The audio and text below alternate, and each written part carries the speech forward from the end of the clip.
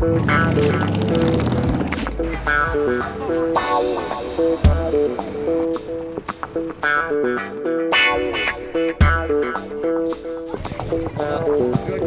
les U6, nous avons une poignée de 8-9 joueurs.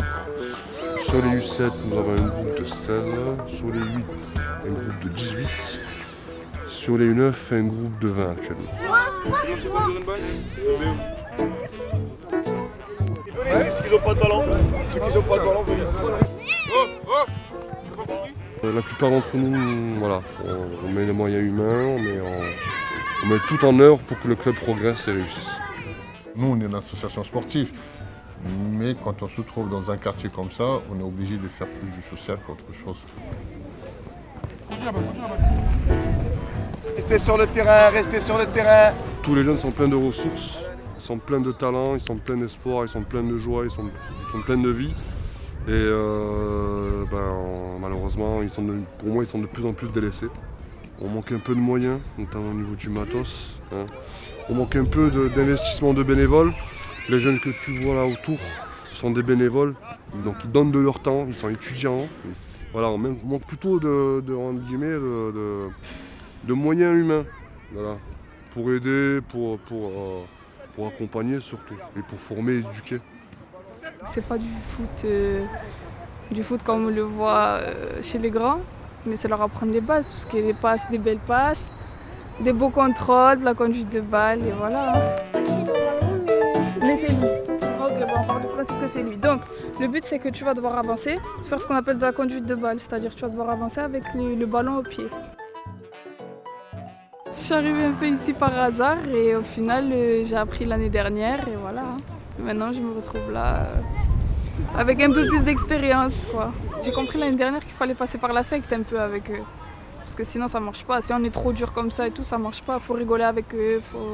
Comme ça marche mieux les entraînements.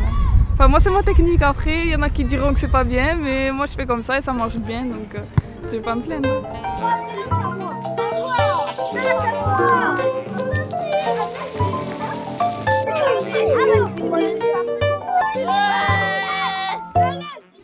Ils sont contents de se trouver là.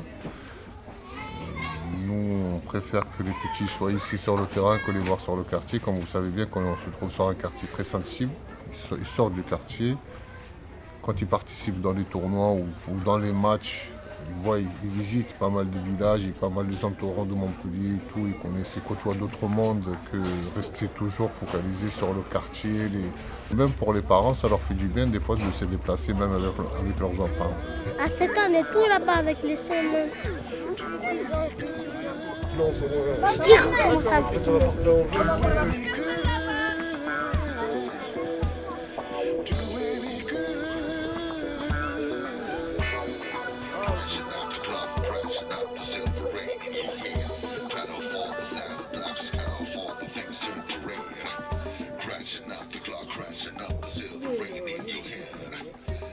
Les amener au plus haut niveau qu'ils peuvent y aller, si on arrive. Parce qu'il y a certains jeunes qui étaient là, qui sont quand même épanouis, sont arrivés à certains niveaux. Il y a certains jeunes à l'époque qui étaient au Petit Bar, qui ont joué dans l'équipe de France de futsal, dans la 3, qui sont arrivés jusqu'à jouer en équipe de France futsal. Après, tu as des jeunes qui sont partis d'ici, qui ont joué dans d'autres clubs. Ils sont dans d'autres clubs, ils ont pu se permettre de trouver un travail. Et grâce à ce travail-là, ils ont construit leur avenir. C'est bon. Au jour d'aujourd'hui, on n'a pas pu encore faire partir d'ici un jeune qui peut être pro, mais peut-être pourquoi pas dans l'avenir. Hein. Voilà, c'est ce qu'on souhaite. Pas longtemps.